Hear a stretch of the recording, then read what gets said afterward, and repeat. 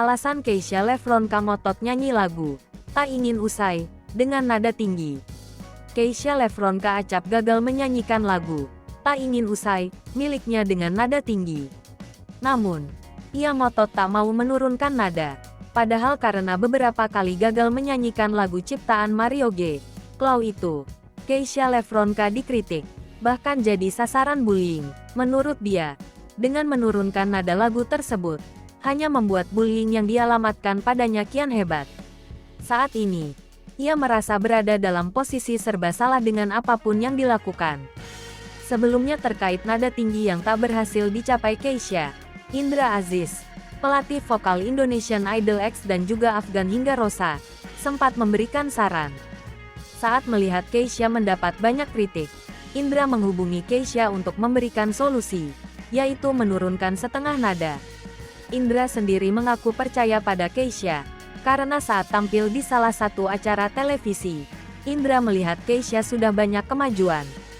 Bukan tak belajar dari kesalahan, tapi Keisha juga mengatakan dirinya telah mengambil les vokal profesional, dan setiap kali berlatih suaranya tidak mengalami masalah karena dia tidak berdiri di depan banyak orang. Sebagai informasi, belum lama ini Keisha tampil di Anugerah Industri Musik M ke-23 di Malaysia membawakan lagu yang sama. Penampilannya kembali dinilai gagal dan bahkan mendapat kritik dari netizen Malaysia yang melihat siaran tersebut.